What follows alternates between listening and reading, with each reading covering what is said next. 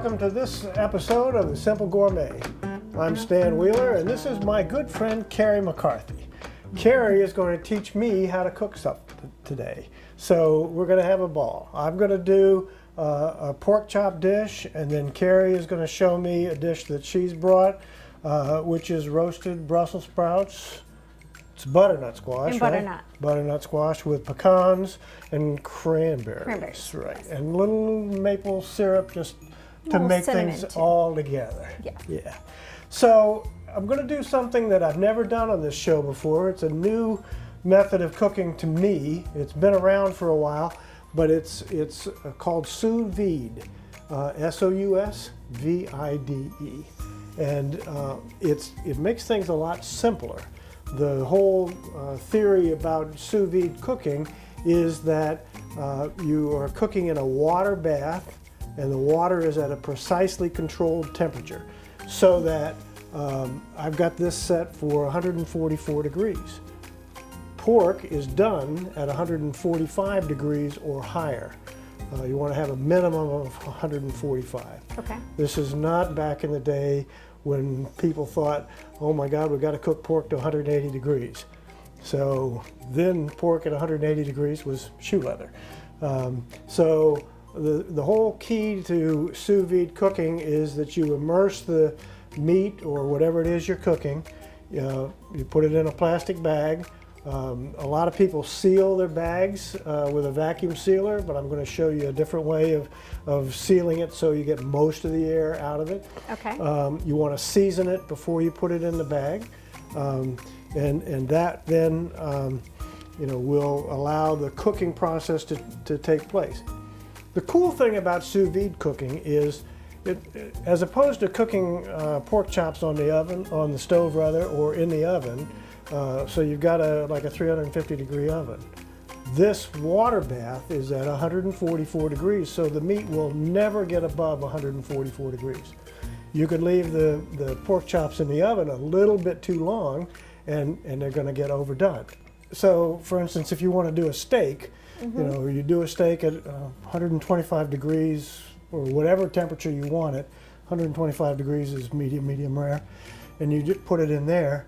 And you can cook it for an hour or 2 hours, and it just never gets above the temperature that you've got the water bath in.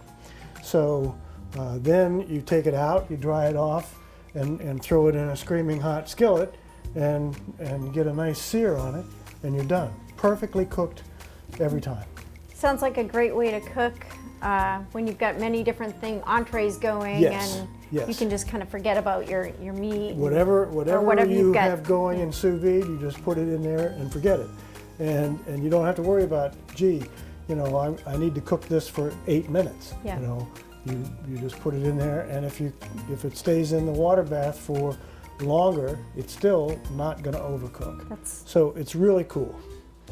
So this recipe that we're going to do is a honey glazed pork chop, and I'm using a recipe that I got from Diane at Mixed Up, and I got some Salt Sisters rub from her. Nice. And she gave me this recipe, so I'm going to work on that. Salt Sisters has a bunch of different salt products that she carries. This has honey powder, unrefined sea salt, paprika, garlic, and onion in it.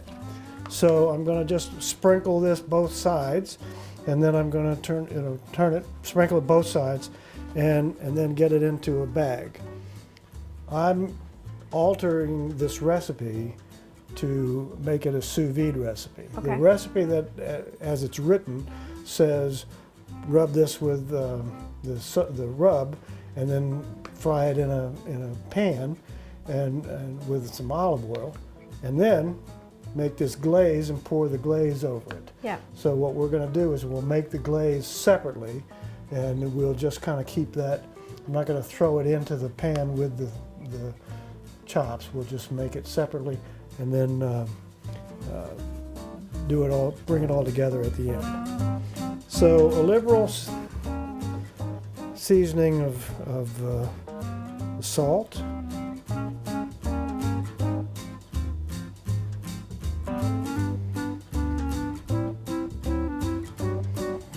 always want to pat it in so that it, it adheres well. Do you worry about your sides at all, or?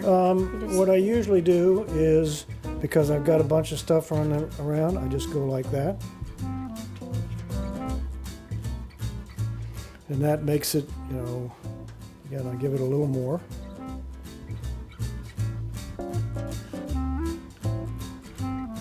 So I've got it well seasoned on both sides and on the sides. And I've got a plastic Ziploc bag. I mean, they're just, you could invest in a vacuum sealer if you wanted to, but this works just as well for me. You want to just get as much of the air out as you can.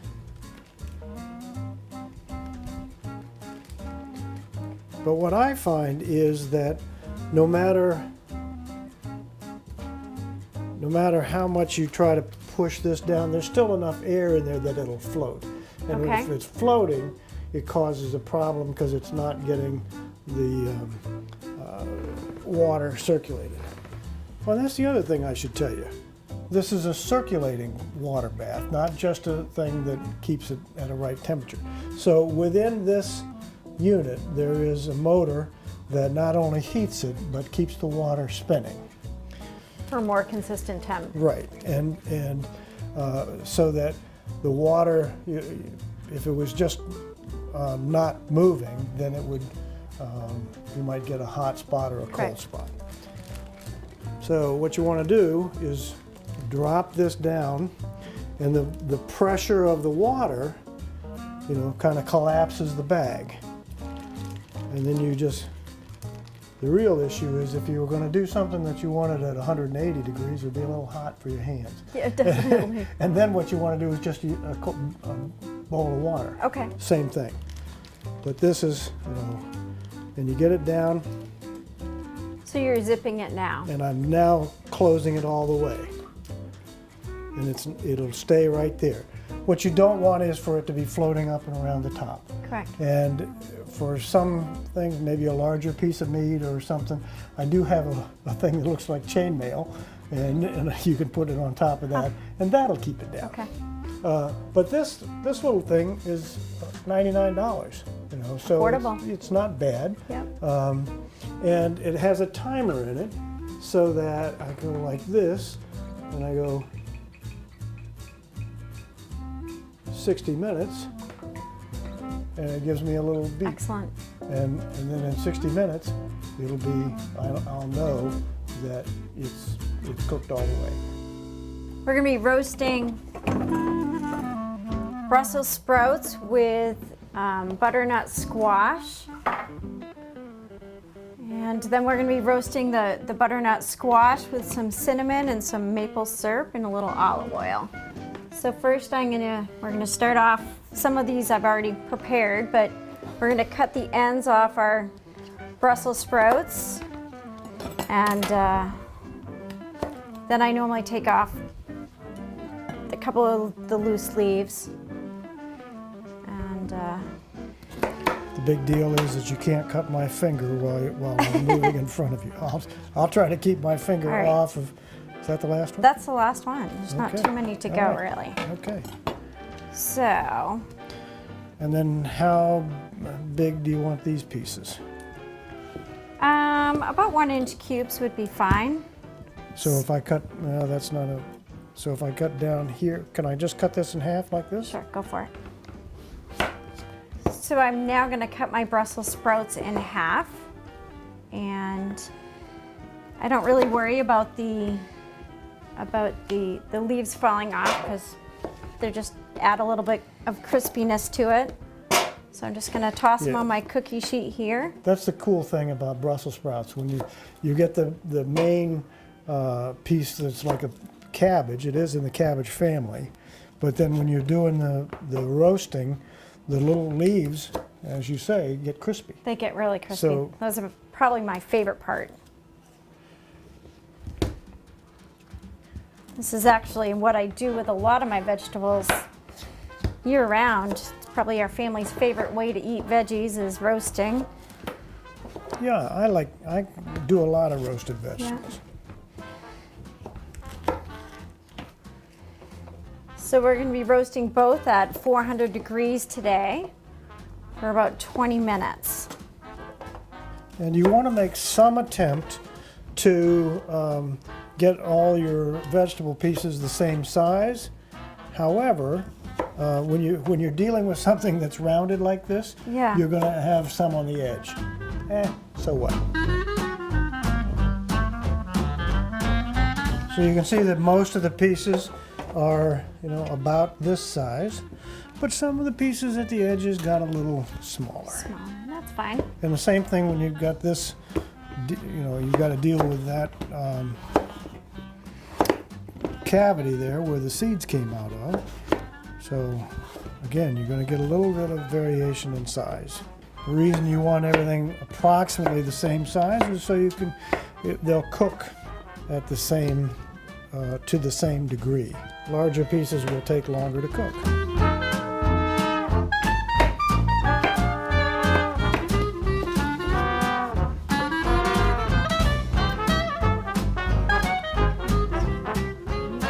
I'm going to use my good olive oil, or should I say my better olive oil, because I do use good olive oil normally. The brand that I normally use, whoops, if you don't mind, I'm going to pull this out. I'm not normally that picky. I usually use the California Olive Ranch brand. Okay. Of olive oil, and that's #1 rated by America's Test Kitchen. Really? Yeah. Huh. But I'm going to use this, which is Fortuna's. I bought this by mail through Fortuna's Italian Market online, and it's. I like it. It's a very fruity. You wouldn't want to put this in a pan. Yeah. And saute something with Okay. it, but it's very fruity. Excellent. And What do you looking need? around for our cinnamon, Oh, we're going to toss a half a teaspoon of cinnamon in with this. There you go. Just sprinkle it. Now, any salt or pepper or anything? A little, yeah. I typically salt and pepper pretty much everything. And your salt? I have a variety of salts. Okay. What do you have for salt today?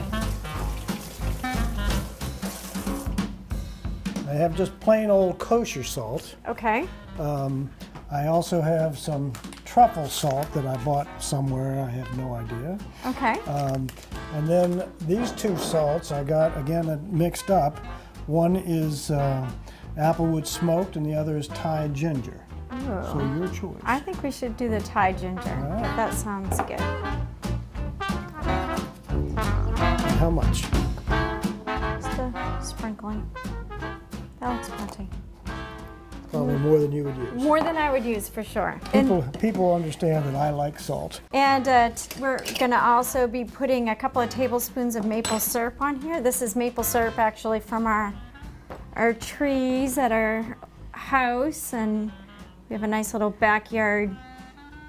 Nice. So this is your own, you made this? Yeah. I'm pretty impressed. I mean, I always try to shop local and everything, but I don't raise my own maple trees. We actually moved about a year ago and no longer have a great stand of maple trees, so it's a little disappointing. Yeah. But We were just in New Hampshire a weekend ago, and we were having breakfast at the inn that we stayed at. Yep. And Donna ordered waffle and scrambled eggs, I think, or something. And she asked if the maple syrup that came with it was real maple syrup. Okay. And the very nice young lady who was our waitress said, "Oh yes, it's real maple syrup. It came from the store. There's a general store a couple of doors down on Main Street." She said, "And that's my family's store." nice. And so Donna liked it a lot and said, this is better than what we get at home, which Yeah. is locally made and produced by friends of mine. So we went down and bought a half gallon. Excellent. You know, she said Yeah. it has enough of a different taste. Yeah. So I'm anxious to try it once we run out. Yeah, So. ours has a little bit of a smoky flavor since we do it right in the backyard on a on a fire, just a homemade little fire pit. Yeah, nice. So. Now you're gonna do this in olive oil too? Yes. You want just- another bowl like that?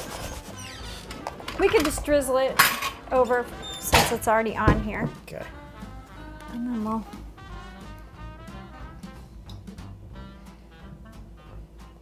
get enough. I'll hand toss it in a second. A little pepper and what a kind little of salt? salt. What are we gonna go for?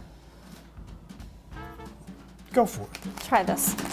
There's not a real strong truffle flavor in it. You can see Okay. little flakes of truffle, Yeah. but there you go. As I said, I like salt, and I Yeah. like different kinds of salt, so it's kind of cool.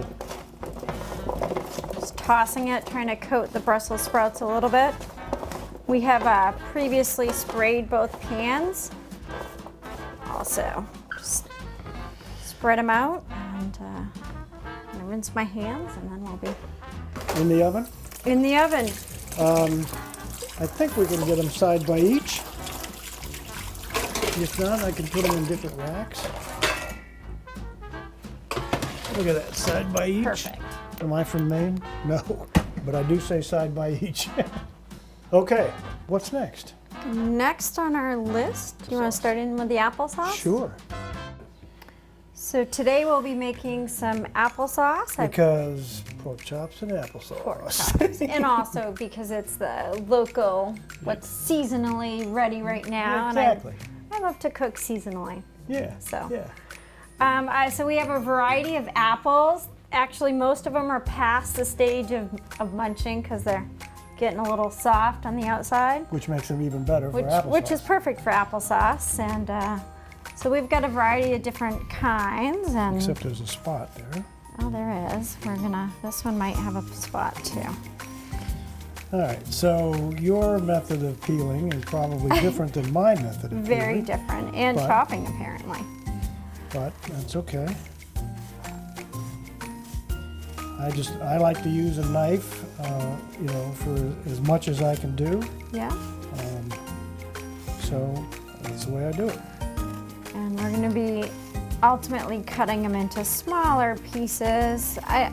Not too careful on what size, but the smaller it is, the quicker it's going to cook up. Right. So sometimes if I've got a pear in the house, I might throw that in too, or a plum or a peach. It's kind of like And what's available in the fridge. And do you bought these apples? These are not from your yard. these are not from our yard. They were picked at a local orchard. One of the things that Karri and I have discovered when we have been talking together this morning is that we have similar styles of cooking in that we don't measure a lot. Both of us have agreed that a recipe is a place that you start from and then go from there. And go from there. And, so that's one of the things why I frequently say on this show, if you're not tasting, you're not cooking. Because you have to taste it as you go along so you can know how to adjust. And do we know how much these weigh approximately? You think this is a couple of pounds of apples? I really don't know how much it weighs. I think we have, what do we have? 4. Well, I cut Did you cut 2? at least, maybe 2. 3. Yeah, approximately 8, 9 apples, different sizes. And I'm going to use about a cup of water. I don't always measure it out when I'm cooking at home, but it's probably about a cup of water. You're just wanting to have enough liquid in the bottom so that your apples don't go dry on you. And these, not only is there a variety of apple here, but there's also a variety of tartness, I would presume. Yes. Yep. So, like There's the some green- sweeter apples. The And, green apples tend to be more tart, Yep. all of which gives you more flavor profile when you're cooking them. Yep.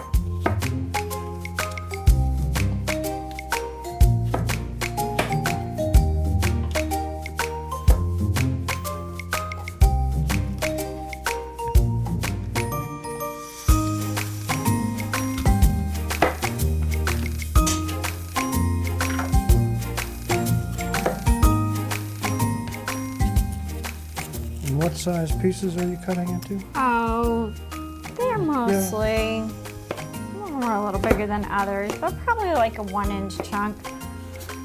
Sometimes I'll just, quarter them up and put them in at a slow simmer and kind of forget about the applesauce as I'm doing other things around the kitchen and check on it here and there. So, As long as you don't put it on high and then go No, do but- the laundry. well, you can put it on low and then go flip over your load of laundry. And definitely one for multitasking. I almost always have multiple things happening at once. Yeah. So all the apples are cut up. We'll turn the burner on. Good. And then we're going to put in about a cup of water, or just enough to really cover the bottom of your pan. And then we'll just kind of watch it and give it a stir every now and then. And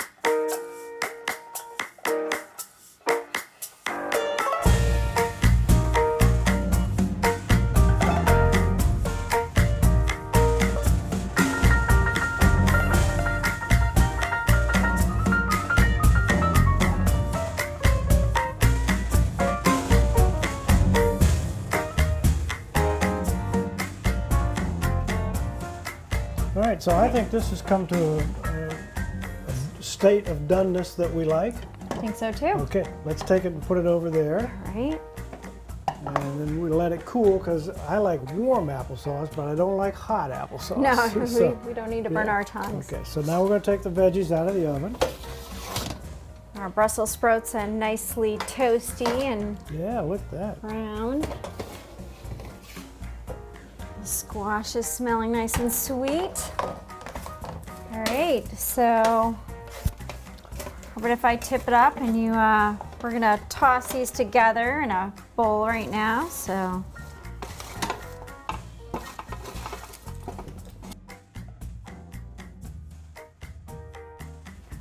All right, and then our squash, smelling nice and sweet.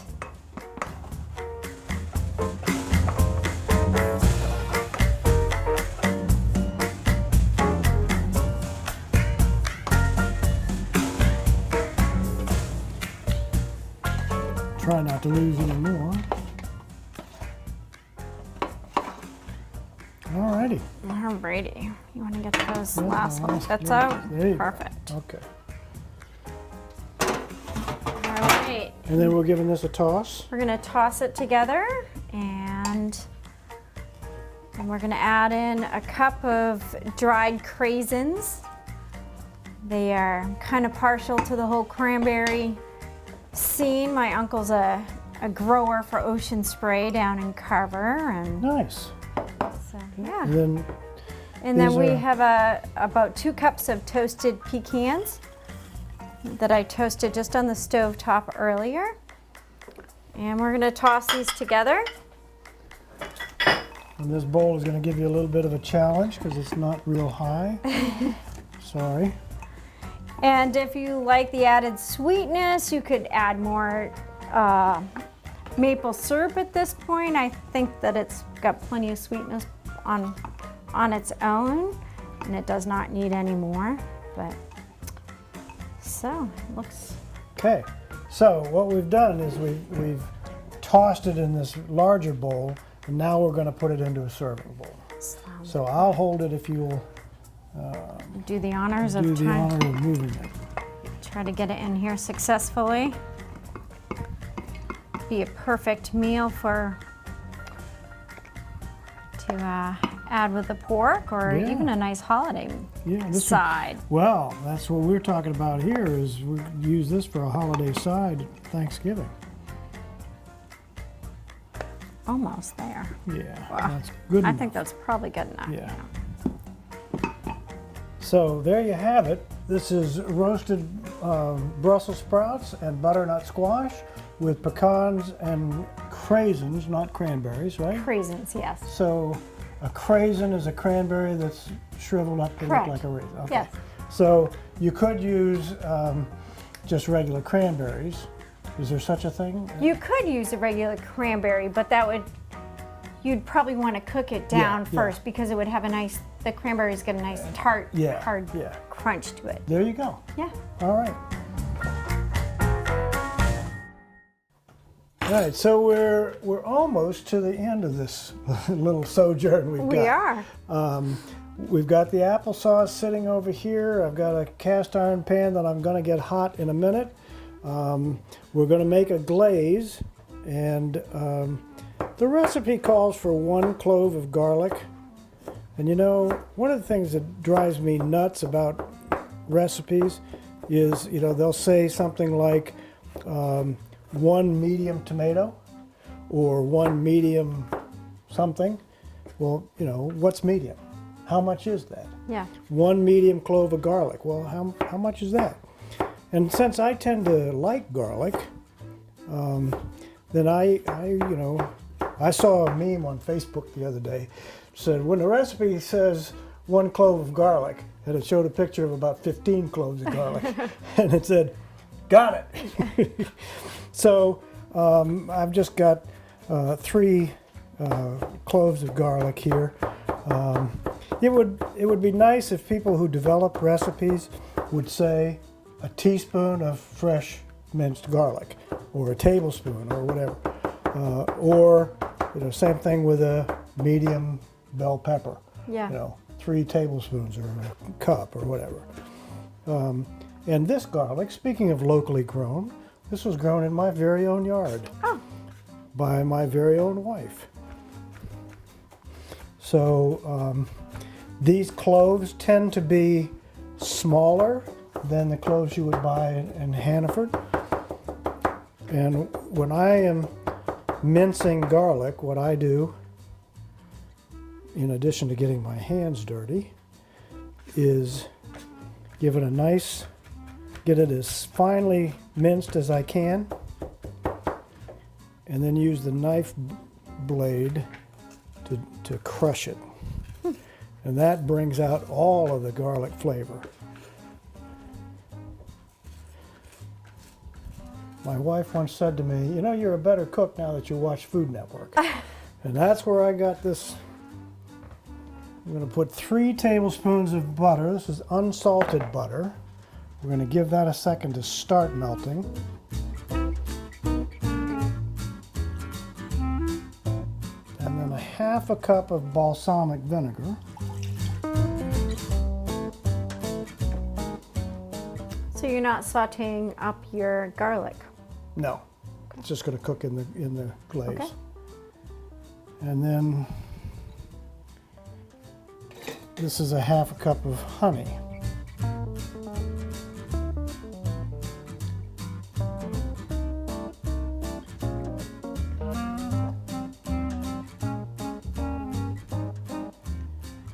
We're going to bring that all together. And then we need about a teaspoon of this same seasoning that we rubbed on the pork to begin with. So Looks about right. About a teaspoon. Looks about right.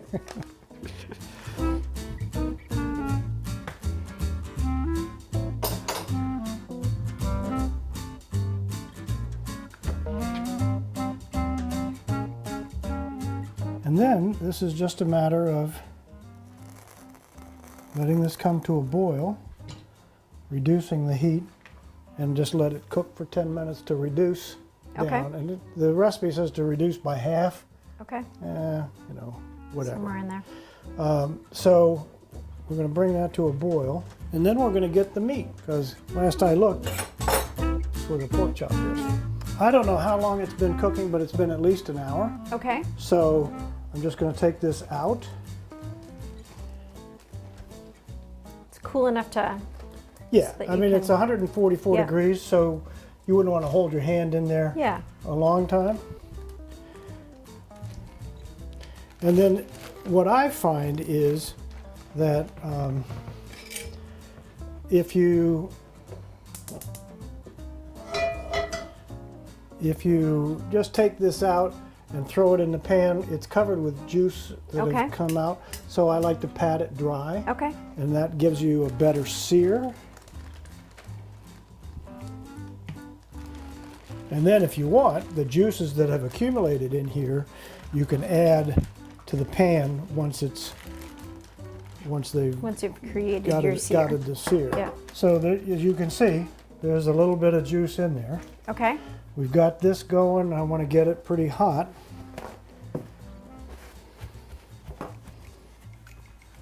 You know, you don't have to get these, you know, like bone dry. And just a touch of olive oil in the pan.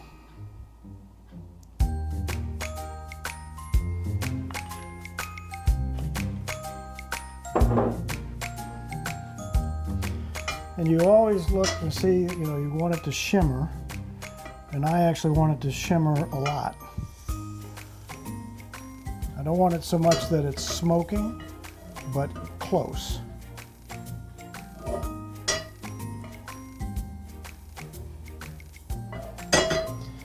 So I've spread that all around, and we'll just give it a second. You want to give that a stir? Oh, definitely. Does it need to come up a little bit? Probably. Possibly. It doesn't seem to be reducing all that much. Yeah.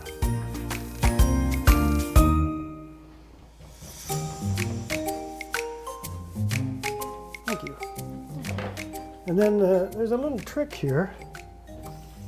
If you take a little water and go, now you know it's hot enough.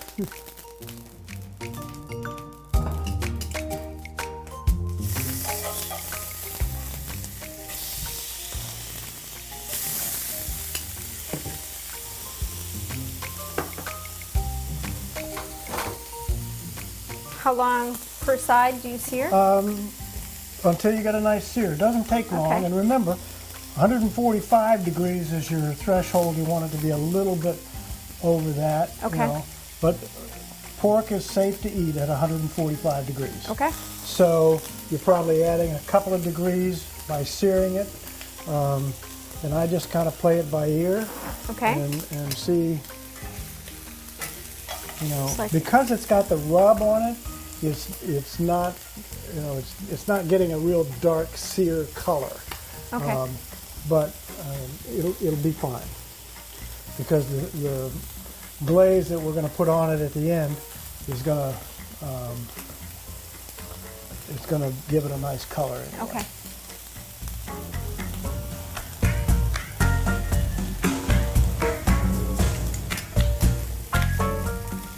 So you can browning see up it's just getting a little. nice brown.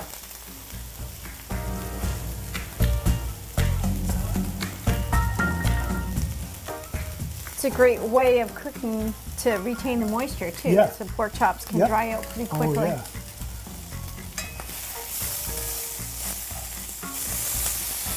There's a Beautiful. nice brown. The Maillard reaction. Are you familiar with the Maillard I reaction? am not. Well, Maillard is a guy, 1700s maybe, 1800s. Oh, wow. But it was he that realized that the reaction of the meat and the heat of the pan create this crust, which is known as the Maillard reaction. Huh. So at this point, I'm going to add back the juices, just again so it so it's not drying out.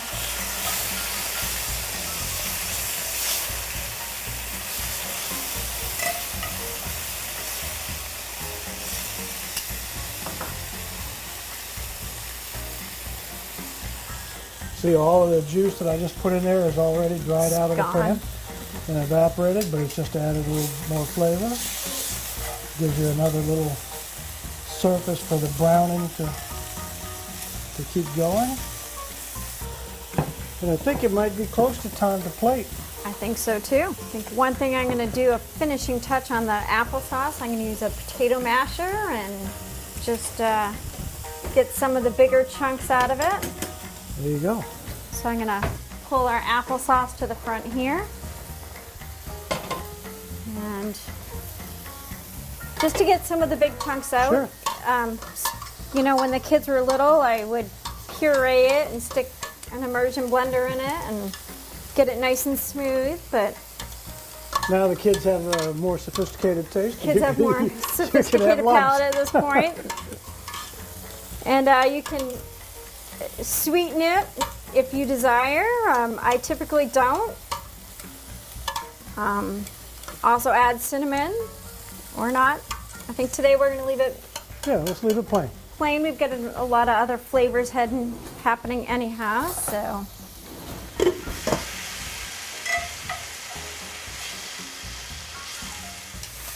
So we've got a nice sear on both sides. So now it looks to me like it's time to plate. Let's turn this burner off. Alrighty.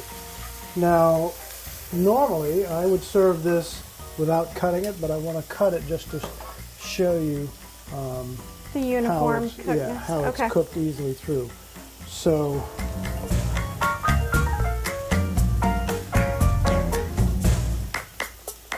Beautiful. Nice and juicy. And as far as I'm concerned, it messes up the presentation a little bit, but you know, like I say, I wanted to show you, what it looks like when you've sous vide cooked it. Yeah, it looks beautiful. And because I am all about presentation, we'll put it back together. So there. And then we'll take a little glaze. Is that hot?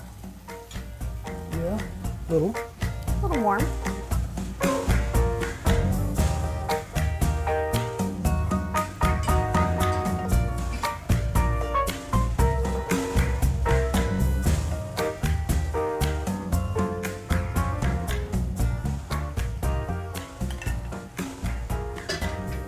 Nice chunks of garlic on top there. Yeah. For the garlic lovers, that's a great bonus. And then we'll just... Kind of a messy. Well, I could have chosen a different bowl, but we wanted to have this nice fall-looking bowl.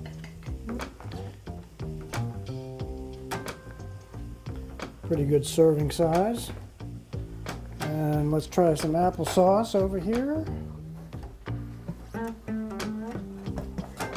You just put it down on this towel. Quite cool, actually. No, it's not that.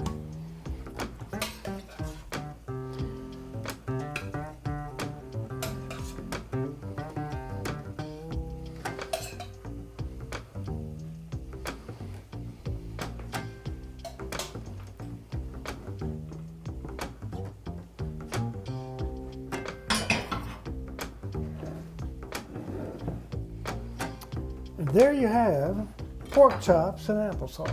Looks wonderful. With roasted butternut squash and Brussels sprouts. Those Brussels sprouts. I'm getting old. With pecans and cranberries, and it looks delicious. So I think we ought to try some. I think so too. I'll bite here.